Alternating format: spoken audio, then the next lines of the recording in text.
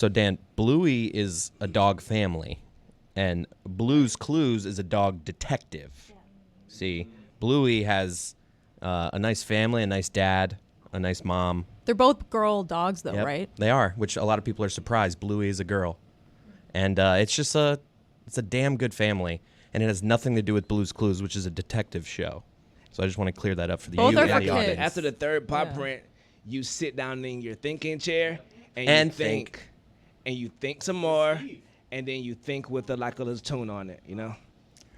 I appreciate the clarification. I either miscommunicated or simply got it wrong. What I was trying to articulate to the group is when I read for the first time how adults had created Blue's Clues with a lot of formulaic, strategic things that are meant to keep your child in front of the television in a way that you, the parent, doesn't understand how to make your child that interested in anything.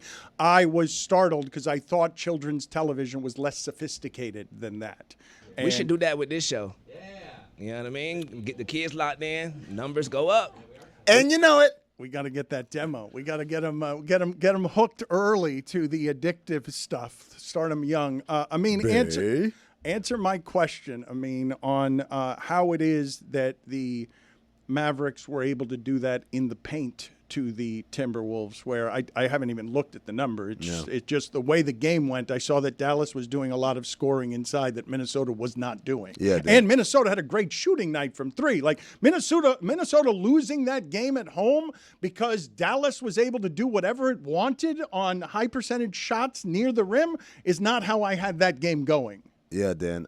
Full disclosure, I don't know what happened after halftime because I was at my kid's graduation. So all my analysis comes from the first half of that game, which is good. How about we just defer to the experts who did watch it? I would tell you, brother. My bad, man. I'm sorry for being a dad. It's a testament to Rudy Gobert and Karl Anthony Towns not playing like their size. They play like finesse. They play like paper soldiers. You feel me? So when you attack that paint and you got enforcers in there, they know what to do. They're more so finesse players who play a little defense, but defensive player of the year, ironically, he's just not dominating the paint defensively like we saw him have to take up that challenge with the Joker. Well, and what was interesting with this group in particular is Minnesota played a lot of drop coverage last night. And Mike Conley talked after the game about how that wasn't initially the game plan, but ultimately that's kind of where it went and that was a mistake.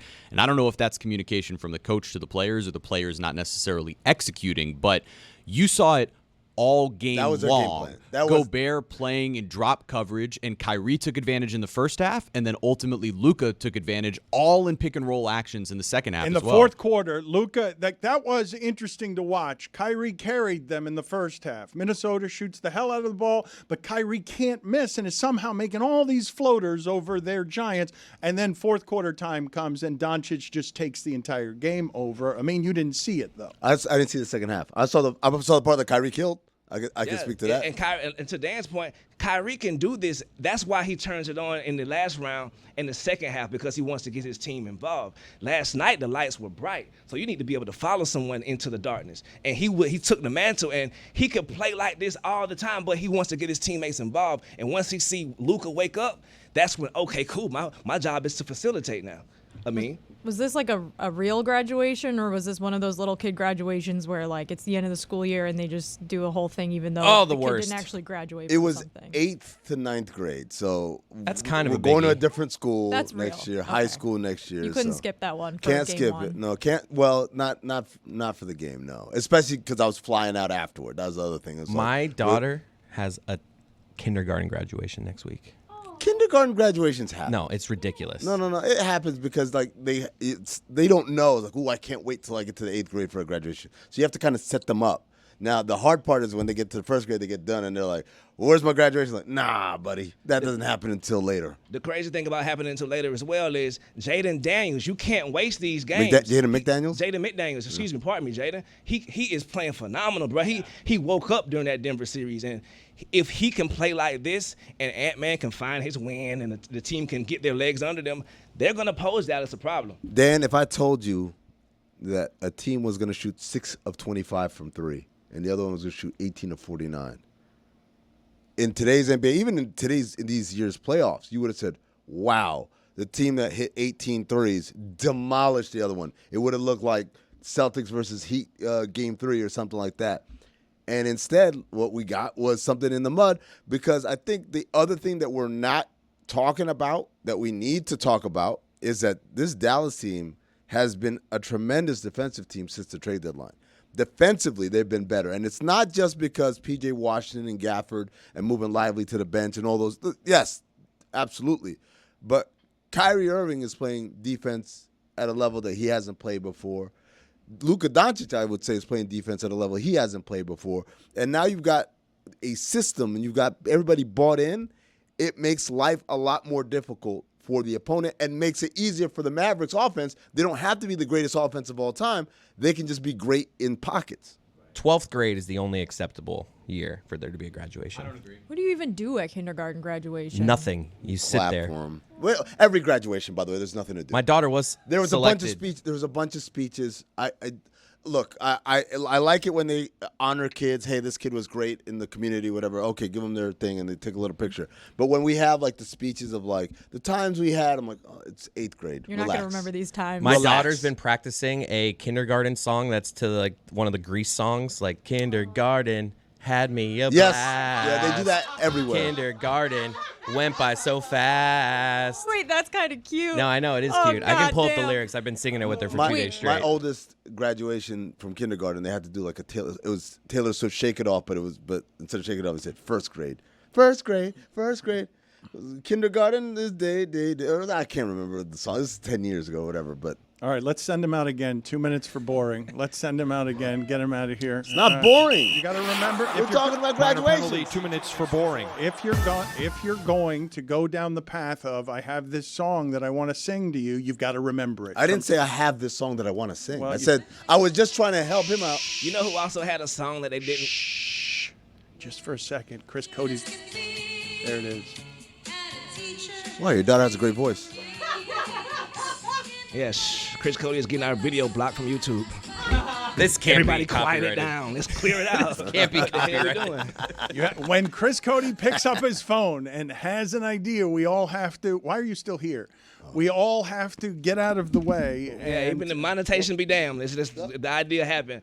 But like I said, bro, the idea that the bench from Dallas could step up the way they did versus you got little cousin Alexander Walker.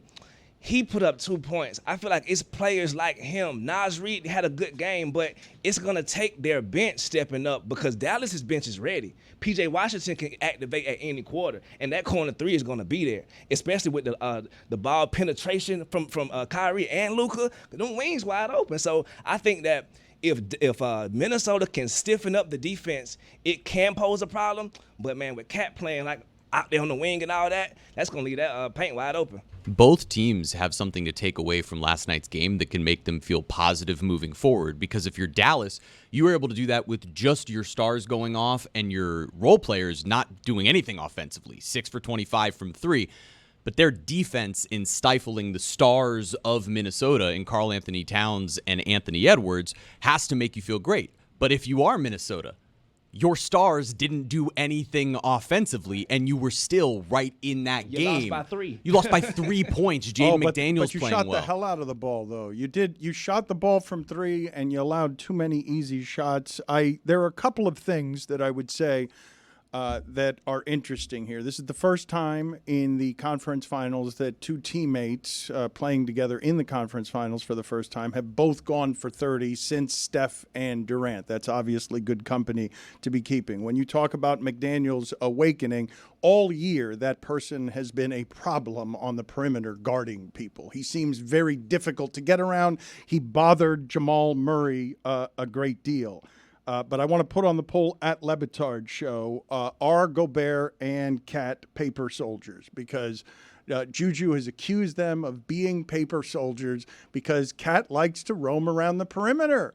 It's easier out there. It's nicer out there. You don't have to be bothered. Look, man, I don't know about you guys. I really don't know how you feel about this, but me, whenever I see an NBA player grab a rebound and swing his elbows, I'm like, I would not want to be near any of what's happening out there. I'd like to float around the perimeter and not be anywhere near a 6'10" person who's decided to grab a rebound and swing his elbows around.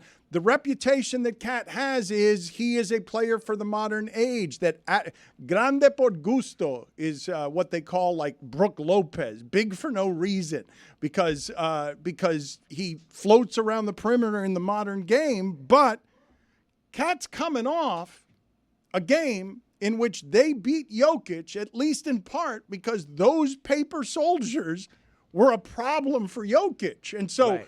I'm not willing to go from soldier to paper soldier just because they lost a game at home. No, I'm not. You're right about that for sure. I'm not saying that they are. It's just the fact that they have these disappearing acts, like the Celtics, for example. You can't be a championship-determined team and take games like this where you have the matchup. You have P.J. Washington guarding you, Big Cat. Let's get that in the post. Like, we don't need to be shooting all these threes if you can master your craft. Just like Rudy. If Rudy could learn one post move and just do it all the time, he would average 25 points a game because he got people on his back. He just get the ball and tip it somewhere and bat it out. Brother, it's the skill setting of these people who I think that could improve game to game. But he can't do that, right? I mean, because I remember Shaq did not go from what he was to perpetual MVP until he learned how to do some things in the post. He did learn that later in his career. That was not something that was in Shaq's games in the 20s. He would just bowl over people and be physically stronger than them. Gobert's not going to learn that. That ship has sailed. There will be no learning of the Gobert post game. That's not going to happen. Well, I would say Shaq wasn't just bowling over people. He had incredible footwork and timing and touch on things that weren't dunks as well that made him hard. But more importantly, the song goes, in first grade saying it's going to be all right, but I did grow up. I'm ready to move on. Ready for first grade. That's how it went. Maybe sing it the way the song goes. I don't so know how we the can know song what goes. song Like it is. you're being held hostage. I vaguely know the song. The I Grease don't. one's a lot better. Yeah, well, look, man, I'm not a Taylor Swift fan, so I know that song a lot better than I know the Taylor Swift song. But We had to sing The Climb by Miley Cyrus. So we would get on the stage, sing The Climb by Miley Cyrus, and then we walked off, and the teachers would stand there, and they would play My Wish by Rascal Flatts. My wish for you.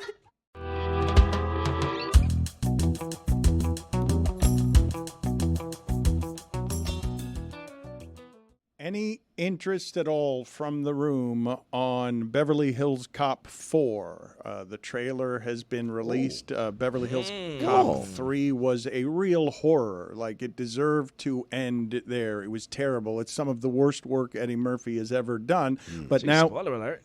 that's the third one. The third one was bad. Like, it was just unspeakably bad. It did not honor the first two, and I thought they killed it right on the spot. But in July, it is going to be released. The trailer is out, and I love Eddie Murphy.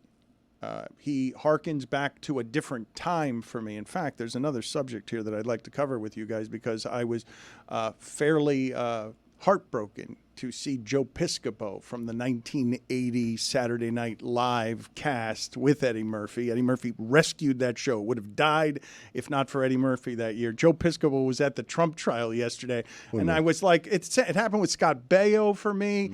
It happened with the kid from Silver Spoons, where I'm like, oh, Ricky no, Schroeder? yeah, not you, not you. You were, and Joe Piscopo shows up at the Trump trial, and I was like, not you. Not you too, Piscopo. I feel like you're just making words up. I don't know what you just said. No clue. Piscopo. It's a great comedic You name. lost her when you stopped talking about Bluey, Dan. Yeah, I know. Joe Piscopo is a funny name. Last night, the Florida Panthers. Oh, Dan. Yeah, it was great. And Bobrovsky doesn't have a lot of shutouts this year. Shutouts, those are pretty hard to come by. And he was great. The Panthers had the hot goalie last night. Shout out to him. 15 minutes, though. This is the thing that I just didn't see coming with this Panther team when they did it the way that Huberdeau did it. 15 minutes without a shot on goal for the Rangers in a playoff game? 15 minutes? Dude, they're doing everything right now. Their 5-on-5 is good. Their penalty kill is good. Their defense is great. They could be a little better on the power play right now, but it is just they are clicking. I felt way too good after that. I'm nervous of how good I felt after that game last night. This has to get scarier than this. Like this, I'm going up there tomorrow for game 2. Wait a minute. You're saying you weren't scared, but you were a different person pre-own goal and post-own goal. The sphincter was way different pre-own goal than it was post-own goal. Loosened up? It loosened up a little bit. But it's just overall, even before that, I thought the Rangers were going to break through in that game and get a goal. But just the Panthers 5-on-5 right now is crazy. And then they even had a few penalties. The Rangers are great on the power play, and we cleaned that up. So it's just, I felt great after the game. I was scared going into it, but I felt great after the game. I think this will get scary. I'm not overly confident, but that was just a great game 1 from the Panthers. How many shutouts did Bobrovsky have this year, and how many shutouts did Bobrovsky ever have in the playoffs? I'm not sure about this year in particular. I can look for that, but this is just his second career playoff shutout, and that's someone with the nickname of Playoff Bob. I'm going to guess that he doesn't have over 5 or 6 shutouts this year. Do I have that wrong? Mike Ryan is joining us now from whatever debauchery he got into with his hockey friends last night. Where did you watch this? His house. How drunk were you? Yeah, he's in his house now, but I want to know the details of his, what did you call the hockey, the hosers? You and your hosers. You and your hosers. Where'd you watch the game? What'd you do? There's this great hockey bar that's brand new by Coral Gables called The Bright Side, and it is electric. And we had a wonderful time. Taylor got booed out of the building. It was wonderful to see. It was great energy. We had a wonderful time. I do feel great about this series, I think in part because I don't think Florida was all that great in all the facets of the game they needed to be. And I think Sergei Bobrovsky, we've been hard on him in the past and we've given him his flowers when he's good. I think that might be his signature Panther performance. He was brilliant. They had 3 breakaways that he just stood on his head for and got lucky a little bit with the post. Florida had a little bit of luck in that game. I don't think that Florida's played particularly well on offense in the last 3 games, and they're 2-1 in them. Give me those Bobrovsky stats when you can, Jeremy, because I'm trying to find out how rare that performance was, where it wasn't just breakaways on Bobrovsky that he's stopping. It was breakaways where I'm like, how did that dude not have a chance to score? Like, you were on a breakaway. You didn't look like you were going to score, except when I started to fear it, and then I stopped fearing it. And also, get for me the popularity of giving someone their flowers. Like, when did that get more popular that now everyone says that we have to give people their flowers? I hate it. I think it was Plies.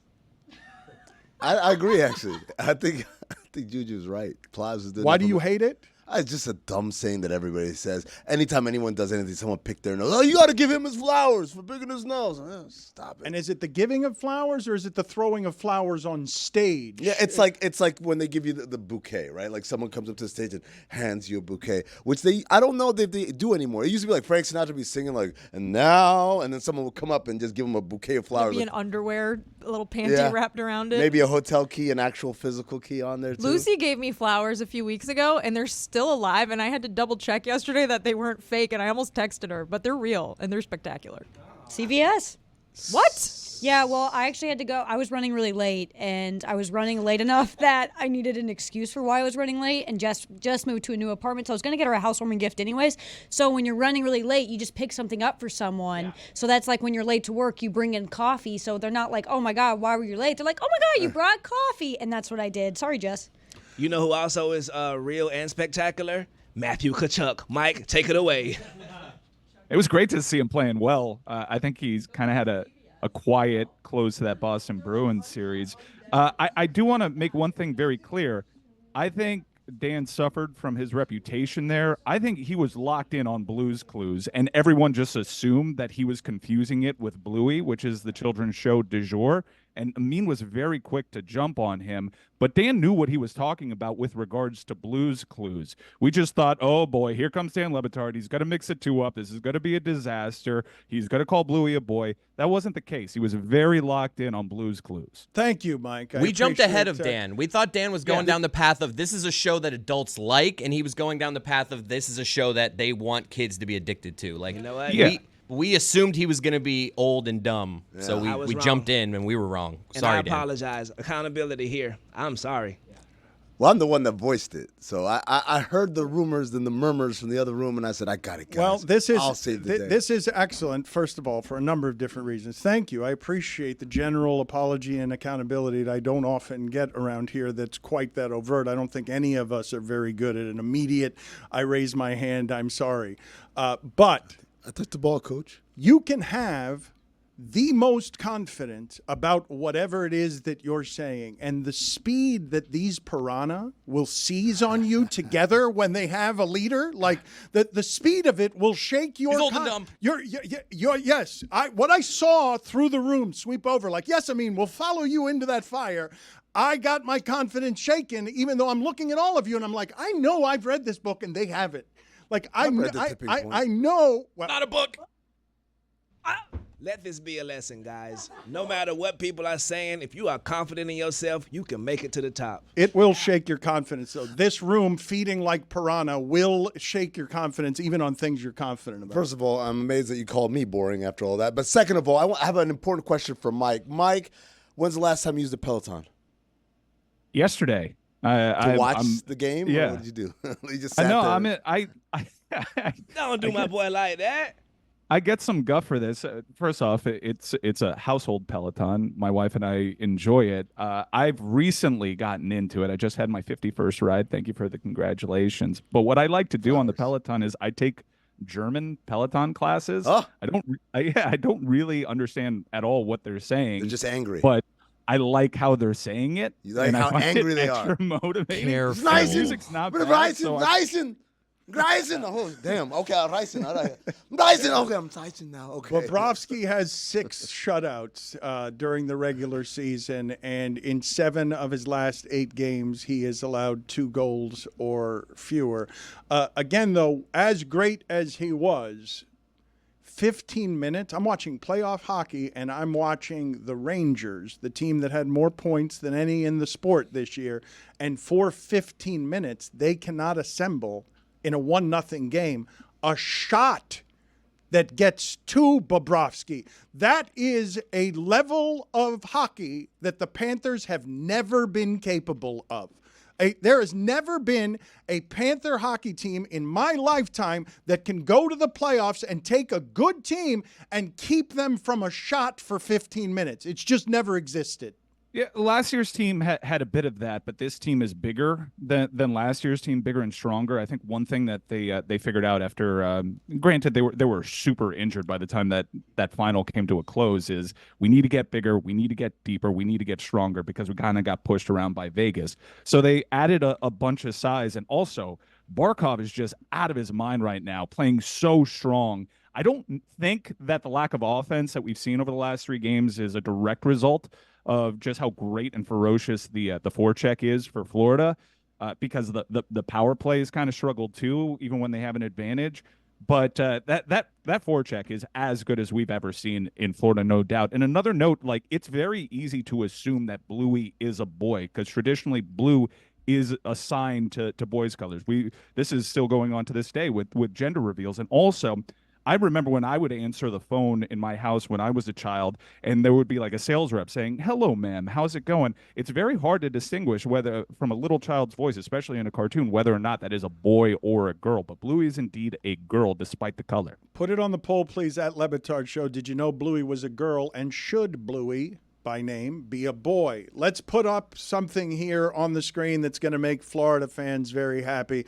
Look at how empty that arena is at the end of that game last night. The first playoff game for the Rangers. This is a giant game, and toward the end of it, they're still playing. That is an empty arena. That's not fans leaving. That's fans who have left. Past tense. Taylor walked in here today saying it's over. He saw 15 minutes of no shots, and he's like, we're totally doomed. You know what? I want to be on the side of paying customers being able to leave whenever the hell they want to. They pay hundreds of thousands of dollars for these tickets, and you wanted me to sit here and watch my team lose? No, sir. I got to go home. It's a school night. No, Juju, that's not what this is about. This is about Miami saying, oh, I thought we were the ones that left early. We are very triggered by this. Yeah. It This is like, is I'm starting to very see it clearly. The Celtics fans who left early and then they ended up winning Stugotz style. I had to watch the game outside. The funny thing to me was like, wait a second. You guys didn't leave to beat traffic? You were on foot? Then why'd you leave early? It was a tie game. It was something like they were down 3. Why would you leave early? To beat what traffic on foot? I don't think the series is over by any stretch of the imagination. I think Florida, while very good defensively, they also got pretty lucky. Those are chances that New York will put away, and New York's top 6 is going to put up a better effort. I think of their top 6, like half had decent games. The other half went totally missing. Maybe there's some things that they can do to their line, but I think one thing that's really stuck out is Florida's still way more capable of playing a better game. They haven't played their best game, a complete game, in actually quite some time, and I think that's a testament to how good they actually are and the overwhelming depth that Florida has. Benny started skating really well yesterday, but you can still see offensively he's not quite there yet. So the luxury to have him on your third line and be able to grow back into form while Anton Lundell has really put up a string of consistent efforts, and that was always the thing with him, consistency. Florida is just really, really deep, and it's a depth that is only really rivaled in the league by Dallas and Vegas for my money. And I think when we get a treetop view on that first round series, we'll realize, maybe that was a Western Conference Finals in the first round. But Florida has just never been this deep. And it's probably not a sustainable thing given their cap situation. You got to pay Rhino. I don't know if Montour figures into the equation next year. So while Florida is primed to have a run here over the next couple of years, the talent level is so tremendous this year that you kind of wonder if it's not going to happen for them this year, it's going to be tougher to have this good a shot with this kind of depth.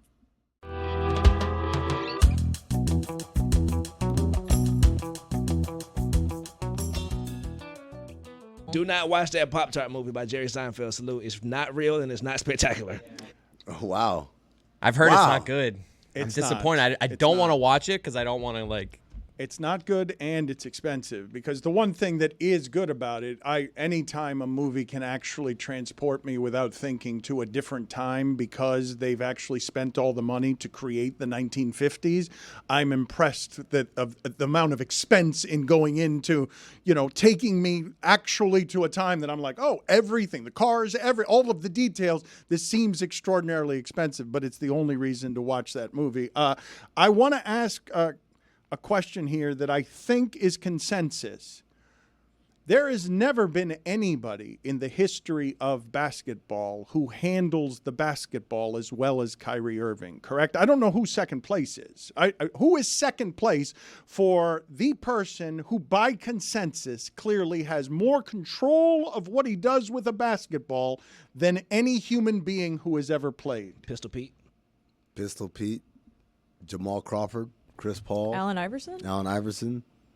Their names, but you're right. Kyrie Irving, it's as close to consensus as who's the best shooter of all time. What are we watching? Stan Van Gundy is with us now, and I want to get into him, like some of what we're seeing now that is better than it's ever been, because I don't feel like there's enough appreciation of both history and what we're watching presently to just stand back in awe and say, no one the size of Kyrie Irving has ever been able to do all of that with a basketball. Stan Van Gundy joins us now when we ask him the important question first. Stan, are you someone who, when he is not, or back when he didn't fly first class, are you someone who would put his seat back in coach, or would you keep your seat back upright? I pretty much even now keep my seat back upright. I might lean back a little, but I don't lean back all the way. Wait, lean back a little. Lean back a little in first class, or you say even now you don't lean back in first class? A little, but I don't go back as far as it'll go. Just slight recline. I didn't know there were shades of gray in the recline. I thought it was just back or upright. Yeah, what are you doing there, Stan? Undo the clap. You're playing both sides. Yeah, you are. But are you kidding me? You think that you have to go all the way back or not at all? I just argued that there are only two kinds of people in the world: people who keep the seat upright and people who lean it all the way back. You offered an option that I had not considered. I'm in the gray area then. I'm in the gray area. Unbelievable core strength to keep that position off. Like, let's see the six packs, Dan. Stan, you agree with us or disagree that Kyrie Irving is the best handler of basketballs in the history of the sport? Well, I mean, I heard your guys' list of people, and it's a good list, and we could argue about those guys for a long time. But the fact that you're in that discussion, I think is good enough. And I will say this, I don't think there's anyone who's ever played that you could definitively say was a better handler than Kyrie Irving. I was surprised not by the result last night, but how it came to be Dallas dominating the paint that way against that defensive team. Were you in any way surprised by that? Well, not once I saw how Dallas wanted to play things. They were in drop coverage, but more than that, and Chris Finch had said it before the game, they were very concerned, Minnesota was, about the corner threes. So they didn't bring their guys in at all to clog the lane. The pick and roll was played 2-on-2 between McDaniels or Edwards, whoever was the guard, and Rudy Gobert. And so Rudy Gobert was basically in 2-on-1 situations all night long. I mean, there was nothing else to take except the paint. They weren't forcing him to kick the ball out. So if that's the way they're going to cover, then there's going to be a lot of points in the paint. Stan, one of the things that was pretty shocking was if you looked at the box score, 18 made threes for Minnesota, 6 for Dallas. And what we've seen, at least in these playoffs and really over the last few years in the NBA, is that when you see that stark of a spread on three-pointers made, the one making the threes is usually winning by a lot. How shocked were you that Dallas not only were able to score as much as they did in the paint, but to only hit 6 threes versus 18 made threes and still walk away with the win? Yeah, no, it is surprising, and you're absolutely right. I mean, what we have seen over the last couple of years, actually, that just doesn't happen very much. But Dallas shot 60% on twos and got 49 shots in the paint. I mean, and those guys can convert in there. And then Minnesota wasn't as good second half, 7 for 24 from 3 in the second half. So when the three stopped dropping a little bit, they didn't really have anywhere else to go. But the surprising thing also, to me was the game was decided on free throws. Dallas has struggled mightily at the line. They had the worst free throw percentage in the league in the playoffs, coming in under 70%, and they won the game at the line. It was a 3-point game. They go 16 for 17 at the line, and Minnesota goes 11 for 18. So Dallas lost game 4 of the Oklahoma City series, shooting basically the same number of free throws as Oklahoma City and couldn't make them. And last night they turn it around and win at the free throw line.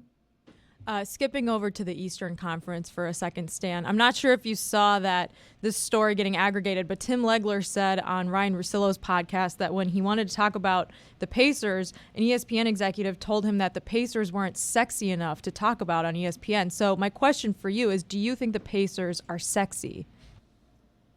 Well, I guess it all depends. I think Rick Carlisle would take offense at that. I'm sure Rick looks at himself and says, hey, I'm a pretty sexy guy, so. Put it on the poll, Juju. Does Rick Carlisle look at himself and say, I'm a pretty sexy guy? He says smoking. Yeah. Yes or no? So, yeah, listen, I don't know. I can't comment on the stuff that goes on at ESPN. I honestly... I got to tell you, I watched Game 7, and I didn't think it was as one-sided a coverage as everyone else thought it was. Let me ask you about something you can comment on, which is TNT and everything going on with TNT. Do you find yourself interested at all in the bidding wars for the streaming rights? Is this something that you're discussing with people, because you've got one of the prime jobs in the industry and you enjoy what it is that you're doing, and it's important to have people that you enjoy working with? How much turbulence is there right now around everything happening with the streaming rights war? Well, I mean, look, I'm not privy to anything. So, and to be quite honest, if they sat down and explained it to me, I wouldn't be able to understand it. I mean, the financial stuff, all those things are way over my head. I think obviously everybody's concerned because we take great pride in what we do. We think we do good work at TNT, and you want to see it keep going. So we're concerned to that regard, but we know there's business decisions that have to be made, and it's way above my pay grade. So I don't spend a lot of time worrying about things that I don't have any control over whatsoever. So we'll see what plays out. I think, Charles Barkley had made one comment that I thought was most appropriate in the whole thing, that who he's concerned with, and I would agree with this, is, it's not the people that are on air like us. I mean, by and large, we all have made good money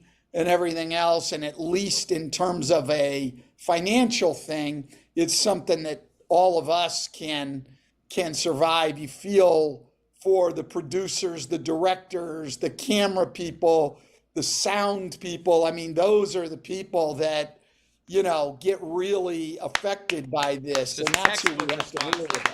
Textbook response. There you go, Stan. Such a vet. I mean, that's Stan. No, but Amin, I would say this too, and I have said this before.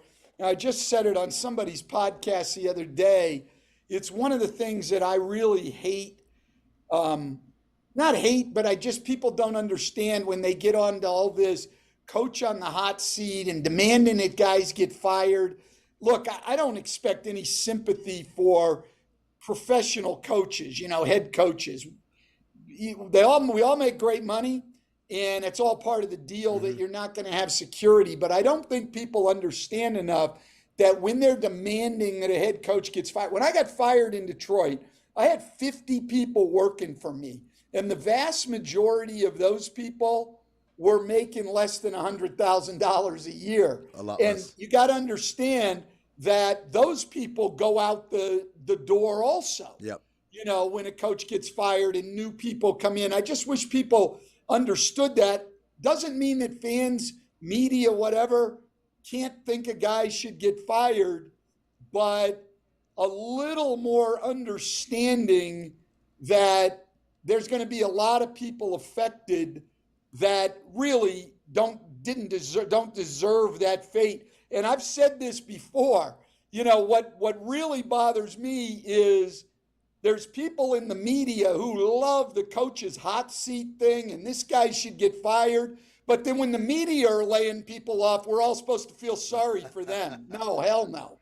I was about to reprimand Stan Van Gundy for not giving us his fresh stuff, for giving us recycled on someone else's podcast. I said this on some podcast. But I think he said it on South Beach Sessions, which comes out tomorrow. I'm pretty sure. Okay, that's good then. I wasn't totally sure whether I could come after him. I think we gave. Okay, I'm sorry. I apologize. But people should listen to that South Beach Great Sessions tease. because Stan Van Gundy was great throughout that South Beach session. You will enjoy hearing from him tomorrow. Stan, speaking of recycling conversations, I want to recycle a conversation I had with you at a game recently where I bemoan the fact that more and more front offices, when they hire a head coach, they tell them, oh, and by the way, here's your staff. Yeah, listen, I mean, that's become the norm, as you know. I don't think it works very well. And I also just, in terms of accountability, listen, how many GMs would want that? Okay, you're in charge of, you're our general manager, but we're going to make the draft choices. We're going to hire the coaching staff, and then we're going to hold you accountable for the result. It doesn't make any sense. And I've just said, and I know I said it to you in that conversation, but what I don't understand is if you look around at the successful franchises, the consistently successful franchises, continuity is a big part of it. And, you look at Miami, you look at San Antonio, who's going to be on the way back up. you look at you look at Denver, and you see the continuity, and you see that they'll go through the hard times without reflexively making a change, and you can tell, hey, that works.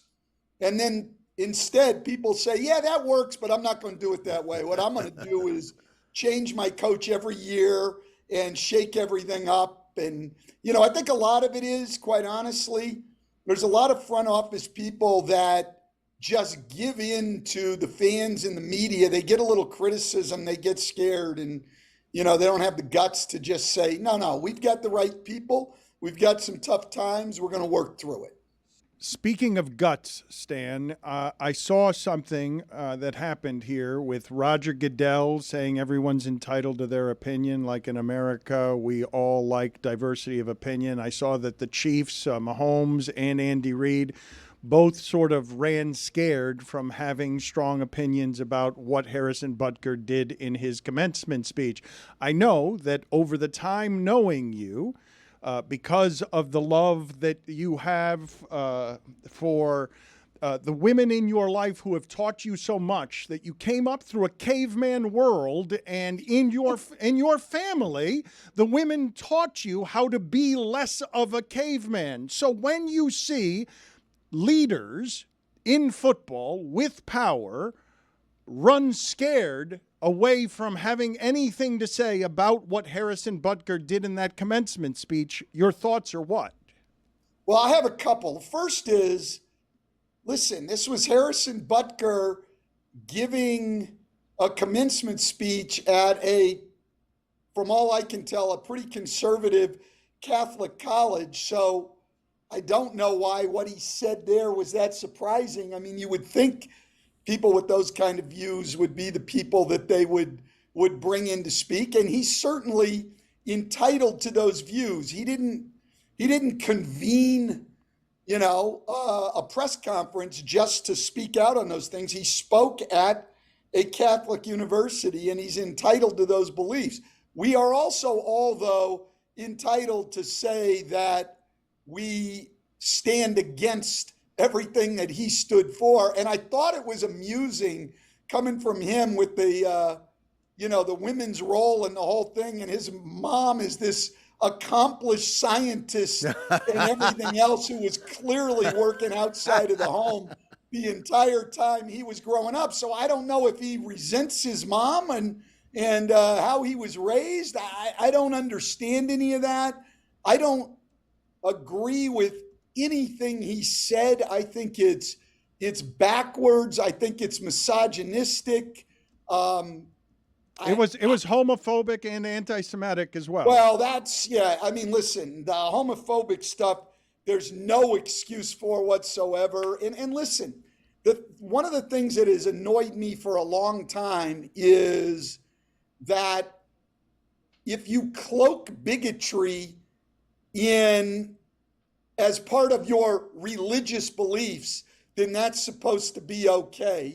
Like when there were supposedly Christian people that didn't think that black people should be living with white people, that black people shouldn't be able to marry white people, as long as you said, well, hey, it's God's belief. And, there's a part of conservative Christianity that doesn't think women should have leadership positions, and they go in and quote scripture and all that. Listen, to me, I don't care where your beliefs come from. Bigotry is bigotry. And saying, well, that's my religious beliefs, well, fine, then your religion's bigoted.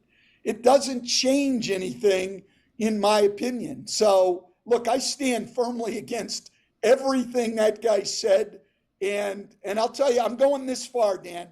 He was a kicker on my fantasy team this year. I won't take him. What? Whoa! He's Stan Van Gundy. He is making a stand. I'm boycotting him now. Wow. I'm boycotting him Wow. this next season on my fantasy team. I reject everything Butker did except for this. I'm going to borrow anytime I have the wrong argument. It's God's argument. I like that move. Well, that's exactly. I like that move. We hear a lot of that now. Well, it's God's, this is what God wants. I don't say that this is the way it is. God says it. Like, Take it up with God. Yeah, that doesn't work for me. Like, bigotry's bigotry. Where it comes from is, probably a lot of different places, but it doesn't matter. It's all the same. Let me ask you about the end of the Pacers-Celtics game. Carlisle said that one's on me. It seemed like there was a lot of stuff at the end of that game that was pretty egregious for late game situations. You tell me what you thought of the last 30 seconds of Pacers-Celtics.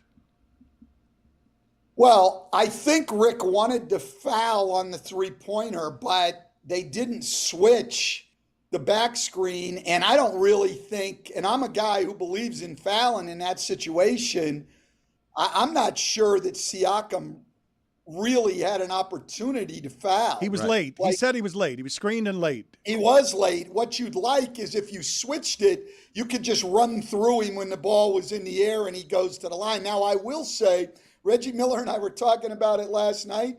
The way Jaylen Brown shoots free throws, you might have been better off just having him shoot 3 free throws than shooting the corner 3. He has struggled at the line. The inbound stuff, look, I just don't think people give enough attention to it. Being able to inbound the ball at any point on the floor late in the game is huge. That is a very, very important thing. And you've got to have a guy who is really good inbounding the ball. And you've got to know what you're doing. I thought on that, first of all, I don't know their team well enough to say whether Nembhard should have been the guy inbounding. A little surprised it wasn't Tyrese Halliburton, who has size and who's a good passer. And then Siakam didn't come to the basketball. Right. Now, he ran a route that allowed Brown to get in there. So I didn't like the route he took to the ball. But again, it's something you have to work on. I know I've been in the same situation and made the exact same mistake. Coaches will always kick themselves in situations like that. And so I wasn't surprised to see what Rick said. But even if they had moved the ball up the sideline, then he would have had to inbound. I liked them taking the ball out where it was with one timeout left. What I thought is you just tell your inbounder, that gives you 2 chances to inbound. Mm-hmm. You tell Nembhard, look, if you can't get it in cleanly, we have a timeout, take it, rather than just taking it ahead of time and now I've got no timeout. So I didn't mind the initial decision at all, but I just don't know. Listen, one of the things I had, and it's funny, this year we're doing one, or 2 years ago, we were doing one of Budenholzer's games. We were talking about into the game situations. And Bud was talking about, I got to find my inbounder. He looked at me and he said, you had the best late game inbounder ever in Hito Turkoglu. Yep. And you don't understand how important that is, whether you need a scoring play at the end or just to get it inbounds. The guy you have inbounding the ball is huge in that situation. And I don't think it can be different guys every time. Not in those situations. You got to have a guy who's been there a lot and can get the ball inbounds. And we see it a lot in the NBA, and I just don't think people take it seriously enough. Coach, I'm with you 100% as far as having a designated inbounder, but I also like when that guy has size. You talked about Hidu. Hidu at 6'10" can see over almost every defender who's out there. The thing about Nembhard is that he's a small guy, so the vision, the sight lines aren't there. And then the other thing is Nembhard's one of their best free throw shooters. Siakam isn't. Why isn't Siakam the inbound guy and Nembhard the guy who's running around trying to get over? Well, I can probably tell you why Siakam's not the inbound guy, but here's the thing. I wouldn't have worried as much about that because he was in a situation where he only had to make 1 out of 2 to put the game away. So, bigger guys, easier to get the ball to. I think when you have the ball in the scoring area, look, we saw it in our game last night. Minnesota's going to need 2 possessions. They're down 4. They got a side out of bounds. They have Kyle Anderson inbounding. They couldn't get the ball inbounds. They needed to take their last time out, which meant on the last possession they couldn't advance the ball up the floor. But the reason they couldn't get the ball inbounds, Kyle Anderson's big enough. But to me, I mean, your inbounder's got to be able to shoot the ball too, because the guy guarding him, Luka, just turned and played the court. He wasn't worried about the ball coming in and going back to Kyle Anderson because he's not a shooter. So that inbounder, yes, he's got to have size. He's got to have the guts to make the pass when it's open. He can't be a guy who's afraid. Hito was never afraid of making a mistake, and he made plenty of them. And he could shoot the ball, so the inbounder's worried about getting back to him. So there's a lot of things that go into it, and it's worthy of a lot of thought and a lot of work, because these situations come up a lot, and when they do, they're usually in the biggest games of the year. Juju, put it on the poll, please, at Le Batard Show. Is Hito Turkoglu the best late-game inbounder ever? Also put on the poll, would Shane Battier like to have a word about Hito Turkoglu? And also, number 5, Stan, I want your top 5 late-game inbounders ever. I want you to put together the list on the fly. I want Chris Cody to get all of the materials that need to be gotten so he can have the kind of production that he's accustomed to at the height of entertainment. Number 5, Stan. I'm not going to be able to do Number this. Number 5. What do you mean you can't say Hito is the best one ever and not have for me some rejected nominees? You can't do it. There's no other nominees. Who's the worst of all time? No, we can't do that. Also, Well, I know why. I'll tell you what. I think Chris Middleton's pretty good in Milwaukee. He's pretty good, and a guy you had to worry. Number 5, Chris Middleton. Number 4. Andre Iguodala. I don't have a 4, 3, or 2. This is all off the. You should have told me ahead of time. No. I would have done more. I didn't know we were going to be talking about late game inbounding and Hito Turkoglu for 4 minutes. Well, that's what I'm saying, though. It's not something, and fans are not going to know if Hito was or not, because it's not something that you think about until you get into a situation like Indiana got into the other night, and you can't get it inbounds. But it's also when you need a bucket, like. It didn't end up working for us. Courtney Lee missed the shot, but we're playing in the finals, and we're really looking. Rashard Lewis sets a back screen. We're going to be looking for him coming off the jump shot, but Courtney Lee was open, going to the rim. Hito made the pass, not afraid to make the pass. I think there's too many guys you have either aren't good enough passers, or they're afraid to make the play, or inbounding, they hesitate, because you're usually only open in those situations for a count. You got to put it on time. The guys who hesitate a little are going to struggle. It's a big skill, but, I think maybe only coaches really understand. Oh, stop, Stan. I know Turkoglu's a good inbounder. Don't disrespect me like that. Really? He's so condescending. So he is. It's Peasants wouldn't understand. Look, I could come up with a top 5 list of inbounders. You could Well, not. that was the year before I got there, but that's Hito Turkoglu making that pass. I mean, now, you also got to have a guy like Dwight who can go up and you can throw it anywhere. Those guys are hard to find.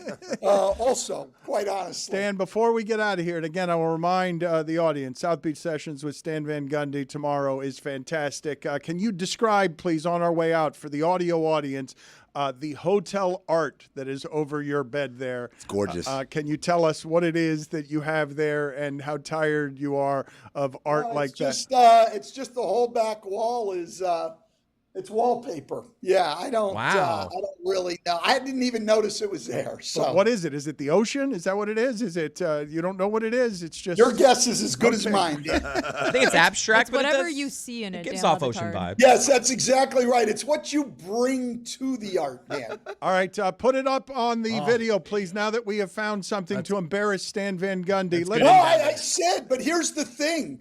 That doesn't embarrass me because I said it and I meant it. Hito Turkoglu, if you're in those situations, you're going to make some mistakes. And what a lot of guys do is then they get afraid to make the play. They hesitate. It leads to more problems. Listen, Hito made plenty of mistakes. He gave me the my bad plenty of times, but I wouldn't want anyone else inbounding the ball in a big situation. See you later, Stan. Good talking to you, sir. Again, All I will right. remind the audience, TNT, he's doing fantastic work for TNT. They've got a lot of the playoff games and Stan's on them. Thank you, sir. This is the Dan Le Batard Show with the Stugotz podcast.